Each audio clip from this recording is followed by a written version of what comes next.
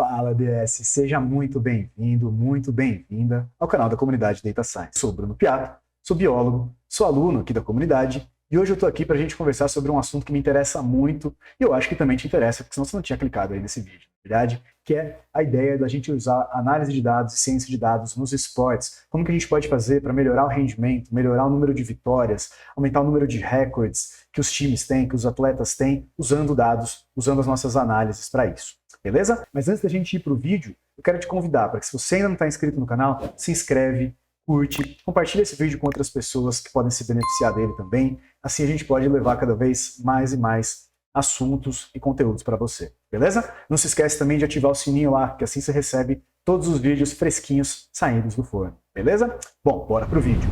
Maravilha. Bora lá.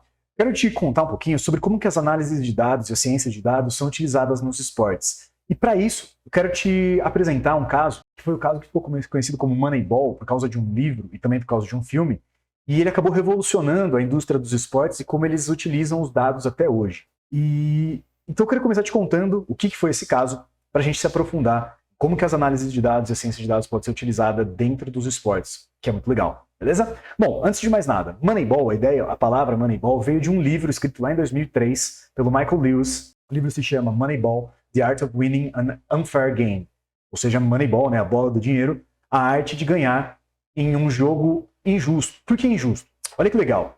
A ideia aqui é, o Michael Lewis, ele explorou a trajetória de um time chamado Oakland Athletics, um time de beisebol, no ano anterior, em 2002, e como eles fizeram para, sendo um time pequeno dentro da liga, baixo orçamento, como eles fizeram para ainda assim conseguir ter algum tipo de representatividade no esporte, ter algum tipo de competitividade dentro da liga, mesmo não sendo páreo em termos financeiros contra times muito maiores, como Red Sox e todos aqueles Yankees e todos os outros times de beisebol muito maiores do que o Oakland Athletics, tá? Então ele conta essa história de como que o Oakland Athletics conseguiu ser competitivo na liga no ano de 2002. É claro que em 2011 esse livro foi transformado num filme em que ele estrelava o Brad Pitt como general manager, né, o gerente geral do time do Oakland Athletics, e a partir de então, esse caso ficou super conhecido, caiu na mídia, caiu no gosto da galera, e se você ainda não assistiu esse filme, olha, eu te convido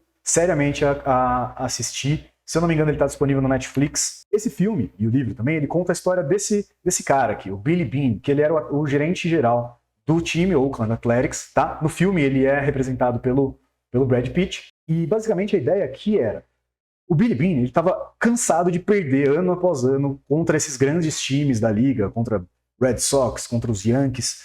E no ano de 2001, especificamente, ele ficou extremamente injuriado, extremamente descontente com a campanha que o time fez, e ele estava em busca de algo novo. Em 2002, ele falou, não, na pós-temporada, né, de 2001 para 2002, ele falou, não, a gente precisa achar um jeito novo de recrutar talentos. E até então, o recrutamento de talentos nesses times era feito principalmente de forma intuitiva pelos olheiros, né? Os olheiros são pessoas contratadas pelos times que percorrem os Estados Unidos assistindo jogos de diferentes ligas universitárias, ligas menores, e com base na intuição deles, na experiência que eles têm, na avaliação desses jogadores de forma um pouco subjetiva, eles selecionavam esses atletas. Então os atletas eles eram selecionados de acordo com o quanto eles agradavam esses olheiros. E isso acabou deixando o Billy um pouco descontente com essa ideia, porque isso parecia não estar trazendo tantos resultados quanto ele gostaria. Ele próprio foi um jogador antes de ser general manager do time. Ele foi jogador alguns anos antes, e os olheiros diziam que ele era um jogador extremamente promissor, mas a carreira dele como jogador de beisebol foi extremamente frustrante. E aí ele não conseguiu grandes resultados, acabou como general manager. Essa forma de contratação deixava ele extremamente descontente. Em algumas viagens, conversando com outros gerentes de times, ele acaba encontrando o que na vida real é o Paul DePodesta, mas que no filme ele é representado como Peter Brand. E o Peter Brand é um economista extremamente forte em estatística, trabalhando para um outro time de Cleveland. E quando eles se conhecem, o Billy se interessa muito pela abordagem do Peter, porque o Peter usa estatística básicas, as estatísticas características de cada um dos jogadores para decidir quem contratar, quem não contratar, quem liberar do time. Isso salta aos olhos para o Billy. O Billy resolve contratar o Paul, ou Peter Brand, no caso do filme, e eles começam a trabalhar juntos para reestruturar o time do Oakland Athletics. E a ideia, a estratégia principal deles é olhar para as estatísticas descritivas básicas dos jogadores e mirar naqueles jogadores subestimados. São jogadores que têm boas estatísticas, mas por motivos diversos, de comportamento, de questões de aparência física, inclusive, olha que bizarrice, eles não eram tão bem quistos na liga. E por isso, apesar deles terem boas estatísticas, eles tinham salários relativamente baixos. E por isso, a ideia deles, né, era que eles pudessem otimizar o custo-benefício aí, né, o custo em dólares de cada vitória. E esses aqui são alguns dos principais jogadores que eles contrataram: Scott Hatterberg, Chet Bradford, David Justice, o Ricardo Rincon e o Jeremy Giambi. Tá? Esse é o Billy Beane na época da contratação, lá em 2002. E com esse time, o Oakland Athletics, eles conseguiram ter a maior sequência de vitórias da história do beisebol desde o último século, se eu não me engano. Exatamente, não lembro exatamente qual que é o intervalo, mas eles conseguiram uma sequência de 20 vitórias consecutivas, e isso saltou aos olhos enormemente, porque é um time pequeno, com baixo orçamento, que contratou atletas azarões, né, atletas que não estavam lá na lista, no top list lá dos atletas que deveriam ser contratados, com os maiores salários, e ainda assim eles conseguiram fazer essa run de 20 vitórias consecutivas. Eles não foram capazes de ganhar a temporada no ano de 2002, mas a estratégia que eles utilizaram de contratação, que depois veio a ser chamada de Moneyball, ficou extremamente famosa. Todo mundo olhou para isso, dentro da liga de beisebol, dentro de outras ligas, de outros esportes, NBA, NFL, todas essas ligas nos Estados Unidos, depois fora dos Estados Unidos, começaram a olhar para essa estratégia para otimizar essa relação de dólares por vitória dos seus times. E aí a gente pode começar a pensar, mas como que então as análises, as diferentes análises podem ser utilizadas nos esportes? E quando eu digo análises, eu não estou me referindo aqui única e exclusivamente à análise de dados, mas também à ciência de dados, que a gente viu nos vídeos passados, que a análise de dados se dedica principalmente às análises descritivas e diagnósticas, enquanto a ciência de dados se dedica também às análises preditivas e prescritivas. Então, quando eu estou dizendo análise, aqui eu estou levando em consideração essas 4 formas de análise: descritivas, diagnósticas, preditivas e prescritivas. Tá? Como que a gente pode usar isso nos esportes? Eu separei alguns tópicos aqui, não são todos, porque você pode conseguir pensar em vários outros, e de fato eles são utilizados a rodo, para dizer o português bem claro, ultimamente. Beleza? O primeiro é avaliação do desempenho dos jogadores. Com essas análises descritivas, a gente consegue enxergar exatamente como esses jogadores estão se comportando, como o desempenho deles está acontecendo. A gente pode acompanhar a evolução do desempenho com o passar do tempo desses jogadores, e aí a gente pode mirar nesses jogadores com estratégias específicas de treinamento, de nutrição, de acompanhamento psicológico. Tá? Então, essa é a primeira forma da gente usar dados nos esportes. Tá? Além disso, tem aquela segunda, que é a que o Moneyball acabou utilizando, que é para o recrutamento e seleção de jogadores. Quando a gente vai fazer a filtragem de talentos, quando a gente vai acessar novos jogadores que a gente quer trazer para o nosso time, o uso de dados é fundamental. É inegociável nos dias de hoje que a gente use dados para fazer esses recrutamentos. Quando a gente pensa em estratégias de jogos diferentes, a gente pode fazer análises, inclusive jogo a jogo, jogada a jogada, dos desempenhos e dos desenrolares de cada uma dessas jogadas e jogos, para avaliar com dados como essas jogadas, como esses jogos se desenrolaram, e buscar as melhores estratégias, buscar otimizar as melhores estratégias frente a times específicos, por exemplo. Tá? A gente pode realizar o monitoramento do condicionamento físico e da recuperação de atletas lesionados. É fantástico quando a gente une, inclusive, profissionais de várias áreas, como, por exemplo, um cientista de dados, um analista de dados, junto com o time de fisioterapia, o time de preparo físico, o time de nutrição, o time de preparo psicológico. Com a análise de dados, a gente consegue unir tudo isso e deixar essa recuperação mais rápida possível, da melhor forma possível, para os atletas de alto rendimento que a gente está acompanhando. Além disso, o que a gente tem feito muito hoje, principalmente com essas ferramentas de visão computacional, são análises de vídeo. Hoje a gente já tem câmeras que o tempo todo estão monitorando e rastreando a movimentação dos jogadores dentro de quadra, dentro de campo, e assim a gente consegue analisar de forma extremamente precisa essas movimentações, os passes, quais deles resultaram em gol, quais deles resultaram em cesta, ou quais tipos de rebatimento, não sei exatamente qual que é a palavra em português correta, mas na forma de rebater, que resultaram em mais pontos lá pro beisebol, e assim por diante. E aí a gente tem, inclusive, formas que muitas vezes, como leigos, a gente não pensa de primeira, né? Que são, por exemplo, a melhoria na logística de viagem e a logística de treinamento dos times.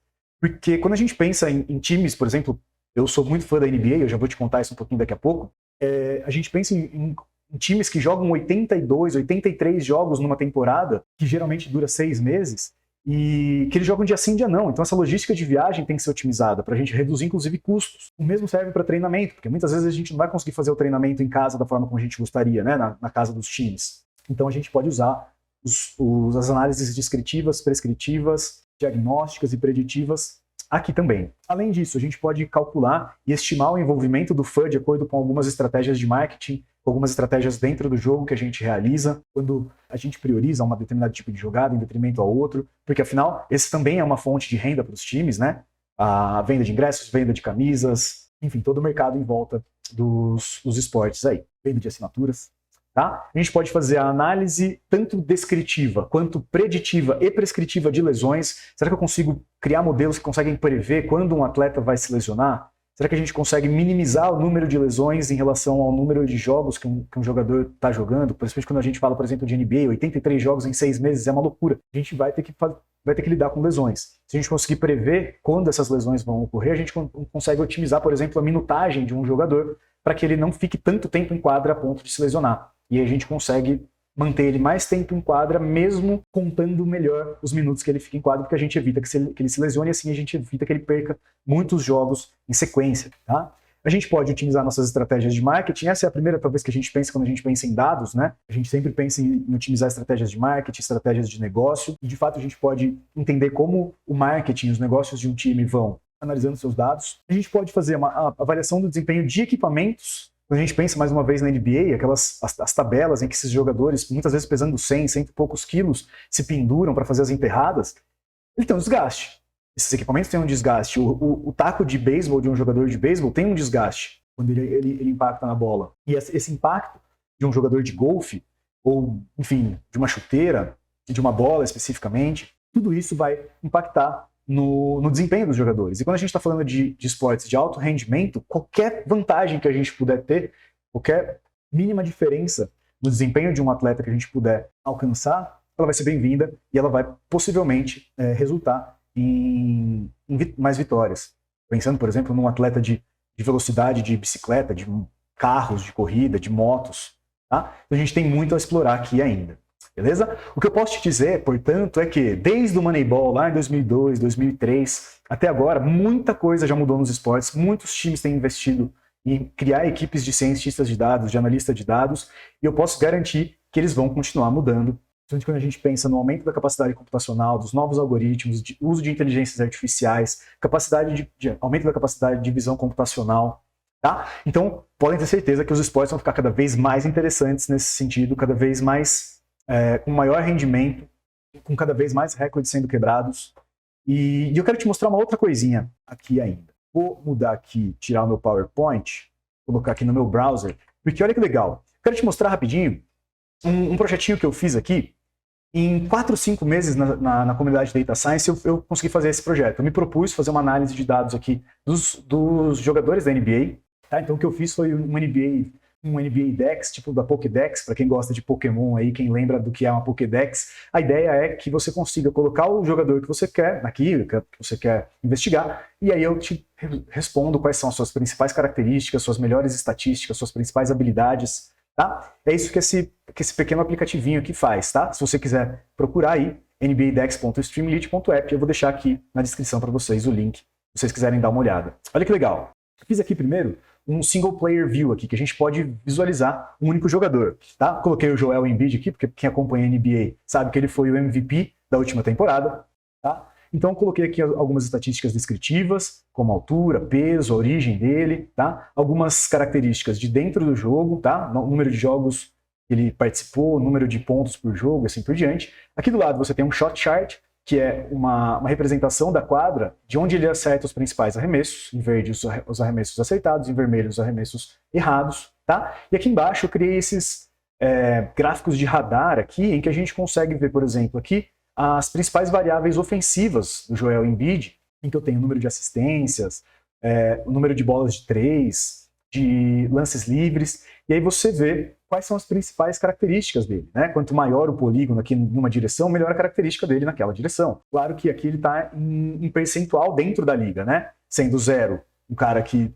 acerta, ele está na posição 0% lá no percentil 0 de um dessa estatística, dessa característica, e sendo 1 o que está no top 1, lá no topo dessa estatística. E a gente consegue ver, por exemplo, por que ele foi MVP dessa temporada, né? Número de pontos, por exemplo, aqui, ele está super bem ranqueado. E é claro que a gente consegue começar a estimar que também, de acordo com o tamanho aqui da área do meu polígono, melhor é o jogador. Um jogador que consiga ter 1 em todas essas características vai ter o maior polígono possível. Então a gente consegue estimar e comparar jogadores de forma visual aqui, tá? Inclusive eu fiz isso quando a gente coloca aqui no Player Comparison View, tá? Então você pode colocar, por exemplo, 2 jogadores, o Giannis Antetokounmpo é o grego também, que foi cotado para ser MVP nessa temporada.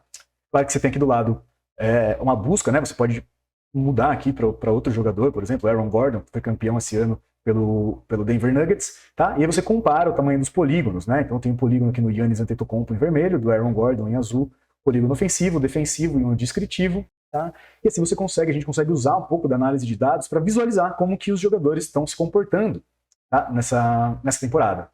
A gente tem comparações também dos shot charts, né? Desses gráficos de arremesso. A gente consegue ver onde se concentram, principalmente, as tentativas bem-sucedidas de cada um desses jogadores. Beleza?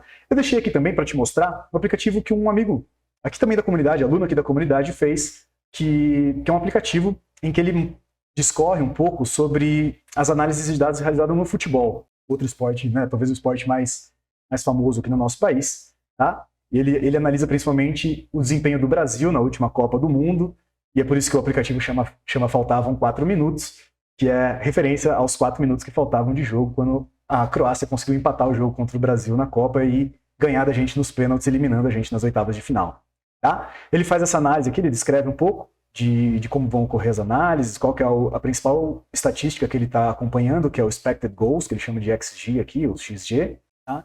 E aí a gente pode analisar, ele analisa aqui o desempenho do Brasil de acordo com essa variável, né? Com essa variável alvo chamada gols esperados, tá? Eu vou deixar aqui o link também aqui embaixo para vocês, para que vocês possam dar uma investigada, chama faltavam 4 minutos.streamlit.app, tá? Ele tem aqui um mapa de calor, em que os passes que levaram a finalizações perigosas da seleção do Brasil, e com o mapa de calor a gente consegue ver como que o time do Brasil atacou a Croácia.